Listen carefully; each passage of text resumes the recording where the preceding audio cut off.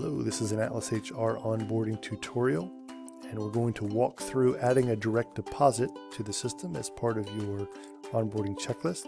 So before starting this step, you'll want to go ahead and have your bank account information ready to go. So once you're here on My Direct Deposit, you'll click the Start Direct Deposit link here, Start Your Direct Deposit link.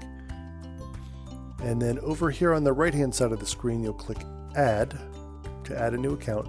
You can leave the name and description blank, it's not required. The date is also fine as is. The main fields that need to be filled out here are in the bottom half. So you'll need to tell the system if it's a checking or a savings account. That's very important.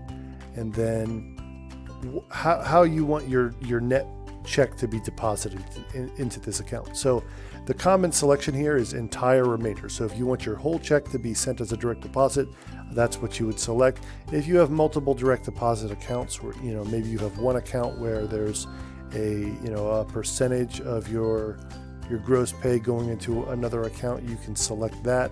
But your main account, or if you only have one account, you will want to select entire / remainder as the option. You'll type in the account number twice here, and then you'll type in your routing number down here. So if you're looking at the check, if you have a check from your account, the routing number has 9 digits, and the account number is usually right next to the routing number. But keep a lookout, a lot of banks will put in the check number down in that micker line in that bottom string of numbers. So be sure you don't mistakenly enter your check number as part of the account number. And make sure you've entered the account number here and not the routing number up here. Only the routing number goes down here.